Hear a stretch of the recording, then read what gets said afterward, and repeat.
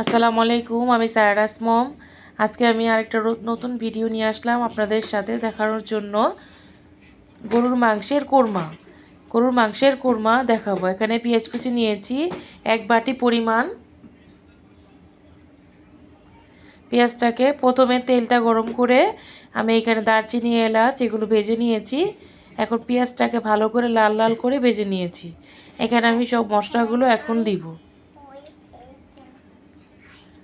মশলাগুলো এখানে হলো আদা রসুন বাটা দিব,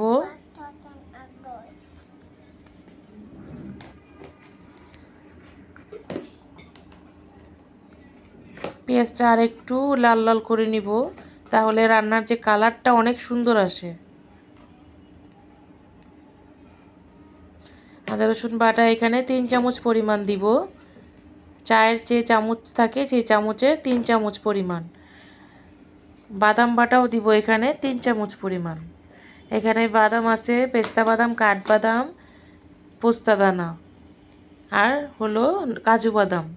3টা বাদাম একসাথে ব্লেন্ড করে নিয়েছি। আর এখানে গুঁড়ো মরিচ দিব 1/2 চামচ পরিমাণ, কালারটা ভালো আসার জন্য। আর এখানে জিরা গুঁড়া দিলাম 1 চামচ পরিমাণ।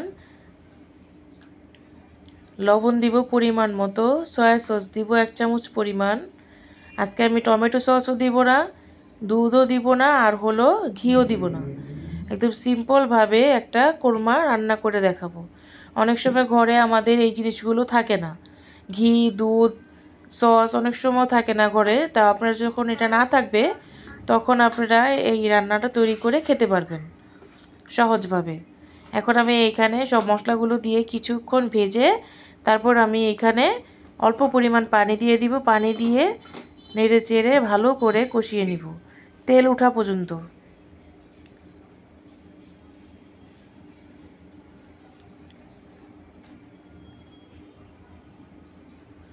তেলটা আমার ছেড়ে দিয়েছে।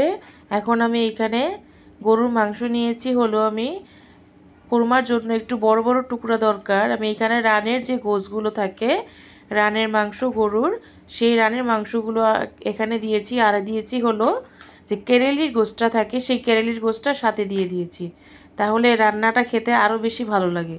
আর দিয়েছি এইখানে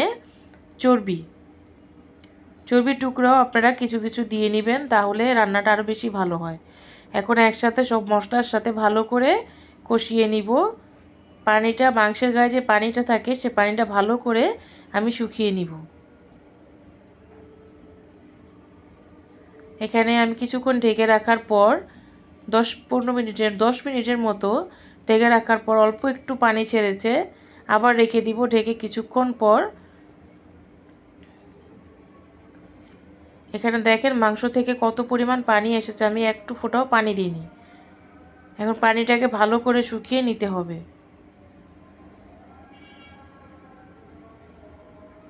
শুকিয়ে নিয়ে রান্নার কমপ্লিট পানি দিয়ে আমি ভালো করে কষিয়ে রান্নাটা করে নিয়েছি। এখানে আপনাদের সাথে দেখাতে পারিনি। এখন রান্নাটা দেখেন কত সুন্দর একটা লোভনীয় কালার আসছে। এভাবে অবশ্যই আপনারা রান্না করে খেয়ে দেখবেন।